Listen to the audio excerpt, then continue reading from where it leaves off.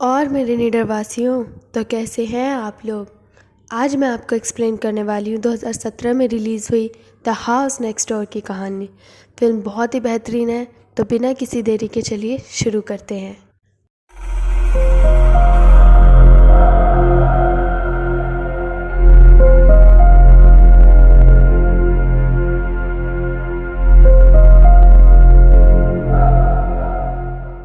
Movie शुरू होती है हिमालय में, जहाँ हम एक मैरिड कपल डॉक्टर क्रिश और लक्ष्मी को देख पाते हैं। दोनों एक दूसरे के साथ बहुत खुश हैं। डॉक्टर क्रिश एक नामी न्यूरोसर्जन है और लक्ष्मी एक हाउसवाइफ है। एक दिन उनके सामने वाले घर में मिस्टर पॉल डिकोस्टा और उनकी फैमिली रहने के लिए आती है। उनको वहाँ से हाउस वार्मिंग पार्टी का इनविटेशन आता है, इसलिए डॉक्टर क्रिश और लक्ष्मी वहाँ जाते हैं। वहाँ हम पॉल की फैमिली से मिलते हैं, जिसमें उनके फादर, उनकी वाइफ और 2 बेटियाँ, 20 साल की जेनी और 4 साल की बेटी सारा है। यहाँ हमें पता चलता है कि पॉल की पहली वाइफ की डेथ हो गई थी और जेनी उनकी पहली वाइफ की बेटी है। इसके बाद हम जेनी को डॉक्टर क्रिश के साथ थोड़ा फ्लर्ट करते हुए देखते हैं, पर क्रिश उसकी इस बात को बचपना समझकर इग्नोर कर देता है। नेक्स्ट सीन में क्रिश सारा को देखता है, जो विंडो से बाहर कुछ देख रही थी। तब क्रिश देखता है तो जेनी कुएं में कूद जाती है। क्रिश उसे बचाने के लिए भागता है और उसे बचाकर कुएं के बाहर ले आता है। फिर वो उसे होश में भी लाता है। इसके बाद घर जाकर लक्ष्मी क्रिश पर बहुत गुस्सा करती है कि वहाँ इतने सारे लोग थे तो सिर्फ तुम्हें कुएं में कूदने की क्या ज़रूरत थी। पर क्रिश उसकी बात का कोई जवाब नहीं देता। ऐसा लगता है कि क्रिश किसी शॉक स्टेट में है और फिर अचानक ही वो लक्ष्मी को किस करने लगता है। यहाँ दोनों इंटीमेट होते हैं। उसी रात को 3 बजे पॉल आता है और क्रिश को उसके साथ चलने को कहता है, क्योंकि जेनी को दौरा पड़ा था। क्रिश वहाँ जाता है, जेनी को इंजेक्शन लगाकर शांत करता है और नेक्स्ट डे उसे हॉस्पिटल में चेकअप कराने के लिए कहकर चला जाता है। अगले दिन जेनी और पॉल हॉस्पिटल में चेकअप के लिए जाते हैं और वहाँ उनकी रिपोर्ट्स बिल्कुल नॉर्मल आती है। क्रिश कहता है कि शायद जेनी किसी बात को लेकर बहुत स्ट्रेस्ड है, इसलिए उसे दौरा पड़ा होगा। नेक्स्ट सीन में क्रिश को पॉल का कॉल आता है, जो कहता है कि जेनी और सारा मिसिंग है और इसलिए वो दोनों उन्हें ढूंढने के लिए चले जाते हैं। जेनी को हम एक पहाड़ पर देखते हैं, जहाँ वो बेसुध होकर खाई की तरफ बढ़ती जा रही थी। सारा उसके पीछे चलते चलते फिसल जाती है, इसलिए वो भी खाई की तरफ तेज़ी से गिरने लगती हैं। तभी पॉल और क्रिश वहाँ आ जाते हैं। पॉल जेनी को रोकता है और क्रिश सारा को गिरने से बचाता है। घर पर आकर पॉल जेनी को बहुत डांटता है, पर तभी जेनी बेहोश हो जाती है। उसके बाद क्रिस जेनी को साइकेट्रिक के पास लेकर जाता है। वहाँ पे साइकेट्रिक उससे उसकी प्रॉब्लम के बारे में पूछता है। जेनी कहती है कि कोई इनविजिबल एंटिटी उसे उस घर को छोड़कर जाने को कहती है। उसे लीजिंग नाम की किसी औरत की आत्मा दिखाई देती है और वो हर बार चाइनीज़ में उसे घर छोड़कर जाने को कहती है। अगले दिन साइकेट्रिक जेनी के एब्सेंस में उसका रूम देखने के लिए आता है, जहाँ वो कुछ बातें नोटिस करता है, जैसे कि जेनी बहुत धार्मिक थी और वो डेविल में भी यकीन करती है। वो हॉरर फिक्शन भी पढ़ती है और इंटरनेट पर उसकी सर्च हिस्ट्री पैरानॉर्मल एक्टिविटीज़ से भरी पड़ी है। इसके बाद वो जेनी का हिप्नोथेरेपी करता है, जिसमें वो जेनी को हिप्नोटाइज करके पूछता है कि वो पहाड़ पर क्यों गई थी। तब जेनी कहती है कि वो नहीं गई थी। फिर डॉक्टर उसे कहता है कि जो गई थी मुझे उससे बात कराओ।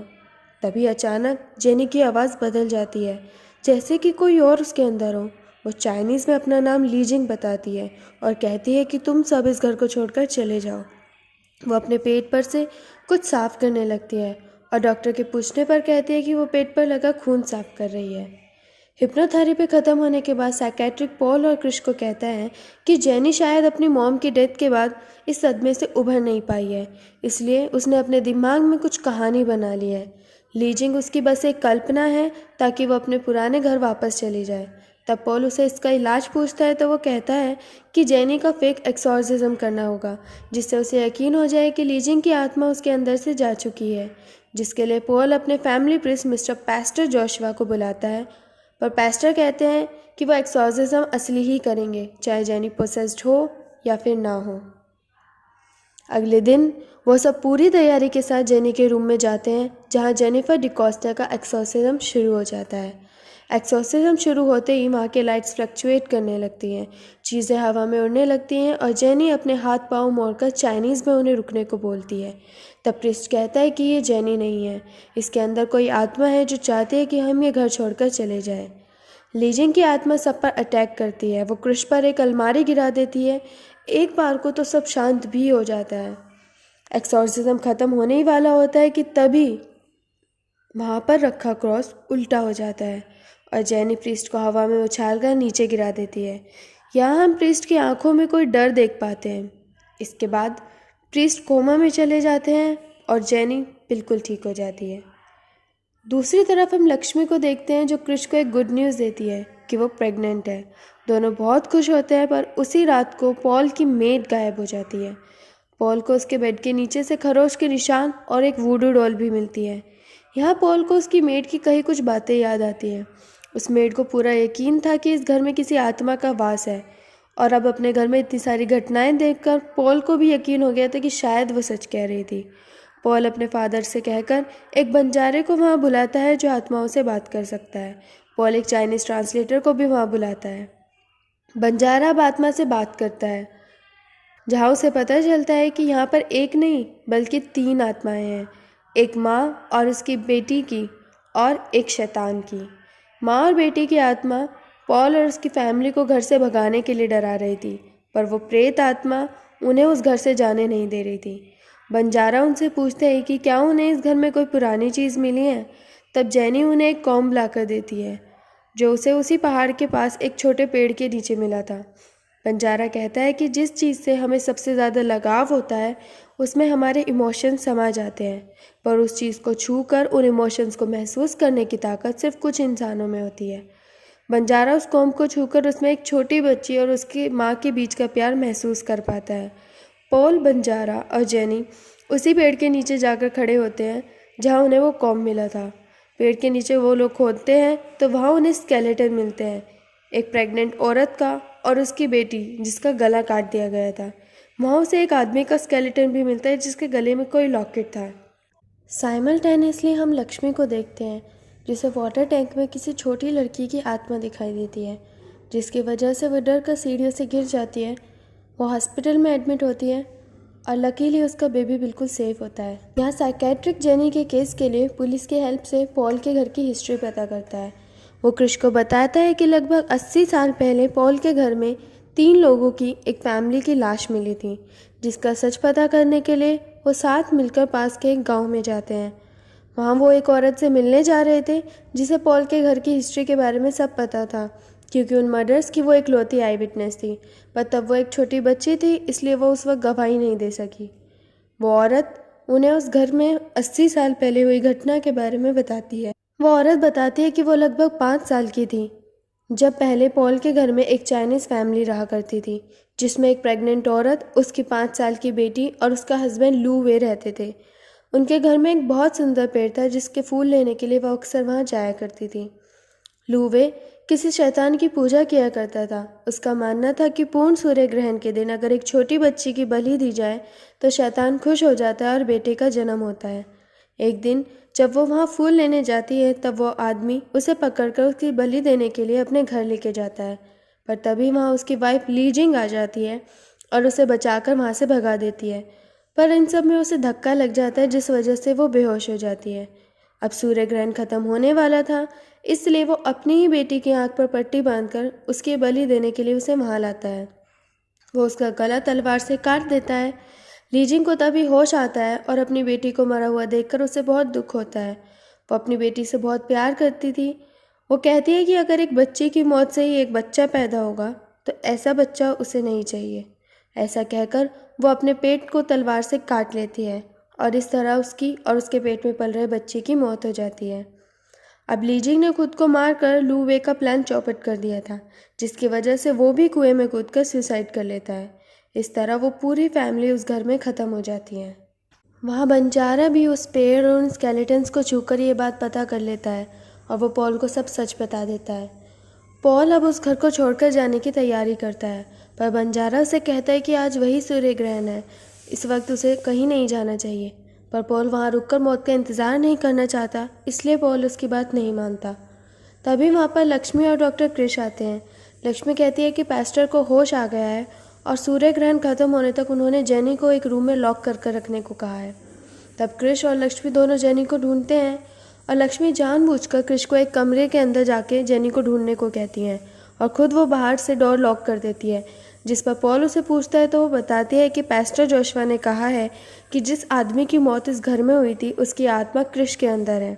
पेस्टर बताता है कि जब वो बेहोश हुआ था तब उसने क्रिश के अंदर एक भयानक आत्मा को देखा था, इसलिए बेहोश होते वक्त उसकी आंखों में वो डर था। उसने कहा है कि सूर्य ग्रहण होने तक उन्हें क्रिश को लॉक करके रखना होगा, वरना इस घर में आज ही खून ज़रूर होगा। दूसरे सीन में हमें साइकेट्रिक की डेड बॉडी क्रिश के घर में दिखाई जाती है, जिसे क्रिश ने ही मारा था। गांव से वापस आने के बाद साइकेट्रिक प्रेयर कर रहा होता है, जिस पर क्रिश उसे पूछता है कि डॉक्टर होने के बाद भी वो प्रेयर क्यों कर रहा है, जिस पर वो कहता है कि आज उसे यकीन हो गया है कि शैतान यानी डेविल होता है, और अगर शैतान है तो भगवान भी कहीं ना कहीं ज़रूर होगा। इसलिए वो गॉड से प्रे कर रहा है कि पॉल और उसकी फैमिली को कुछ ना हो। साइकेट्रिक को पता चल गया था कि लू वे की आत्मा क्रिश के अंदर ही है, क्योंकि क्रिश की और लू वे की डेट ऑफ बर्थ बिल्कुल सेम है, और जो काम लू वे तब नहीं कर पाया वो अब क्रिश के ज़रिए पूरा करना चाहता है।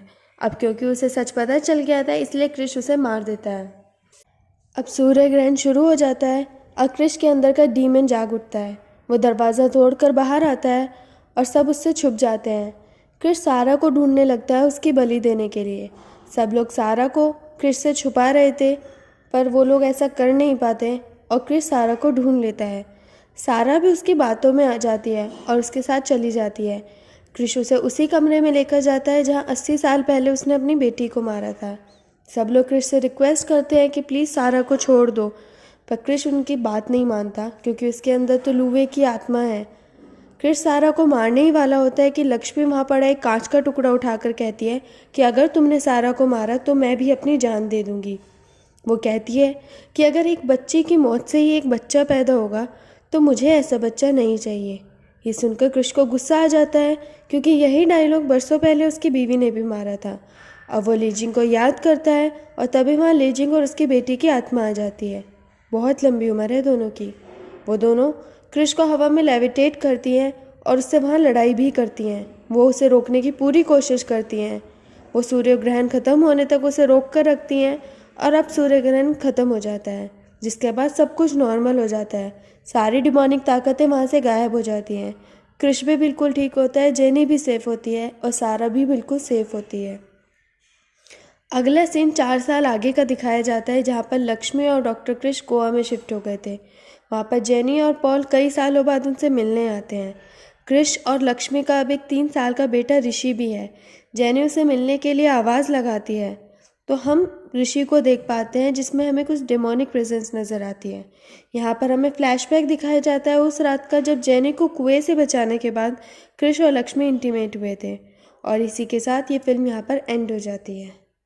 लीजिंग का घर इतने सालों से खाली था, पर बदकिस्मती से पॉल की फैमिली वहाँ तभी रहने आई जब 100 साल बाद पूर्ण सूर्य ग्रहण होने वाला था, जिस वजह से वहाँ डेविल जाग गया। जब जेनी को बचाने के लिए क्रिश कुएं में कूदा, तब उस शैतान ने उसे पॉसेस कर लिया था, और इसीलिए वो इतने शॉक स्टेट में था। घर जाते ही वो लक्ष्मी के साथ इंटीमेट होता है ताकि वो प्रेग्नेंट हो जाए और वो अपना अधूरा काम पूरा कर सके। लीजिंग और उसकी बेटी की आत्मा तो जेनी के थ्रू इन सबको बचाने की कोशिश कर रही थी, इसलिए वो बार बार उन्हें इस घर को छोड़कर जाने का कहती है। मेड को लूवे की आत्मा ने ही मारा था, क्योंकि वो इन सबको प्रोटेक्ट करने की कोशिश कर रही थी। इसका मतलब ये कि लीजिंग और उसकी बेटी की अच्छी आत्मा थी, जो इस फैमिली को प्रोटेक्ट करना चाहती थी। एंड सीन में हमने क्रिश के बेटे में जो डेमोनिक प्रेजेंस देखी, वो शायद इसलिए क्योंकि जब ये दोनों इंटीमेट हुए थे तब क्रिश पॉजेस था। हो सकता है कि इसका एक सीक्वल भी बनाया जाए, जिसमें इनके बेटे ऋषि का एक्सॉर्सिज्म दिखाया जाए। खैर, अब तक तो इसके सीक्वल की कोई खबर नहीं आई है। वैसे इस फिल्म का मेन डायलॉग मुझे बहुत अच्छा लगा। कितना अच्छा मॉरल दिया है इस फिल्म ने। अगर एक बच्ची की मौत से ही एक बच्चे का जन्म होगा तो ऐसा बच्चा हमें नहीं चाहिए, क्योंकि माँ तो बेटा हो या बेटी, दोनों को ही अपनी कोख से जन्म देती हैं। दोनों को ही जन्म देते वक्त एक माँ को बराबर की तकलीफ सहनी पड़ती है। इसलिए कोई भी माँ अपनी बेटी को मारकर बेटा नहीं चाहेगी, पर यह सोच समाज में बाकी लोगों की भी होनी चाहिए। आज के टाइम पर ऐसा कोई काम नहीं है जो बेटा कर सकता है और बेटी नहीं। ये मेरी one of the favourite horror film है, इसलिए वीडियो थोड़ी लंबी हो गई है। अगर आपको मेरी एक्सप्लेनेशन अच्छी लगे तो प्लीज़ लाइक और शेयर कीजिए। और हाँ, आप कमेंट्स में अपनी फेवरेट हॉरर फिल्म भी बता सकते हैं, मैं उसे भी एक्सप्लेन करूँगी। साथ ही अगर वीडियो इम्प्रूवमेंट को लेकर आपके कोई सजेशंस हो तो आप वो भी बता दीजिए। Thank you for watching.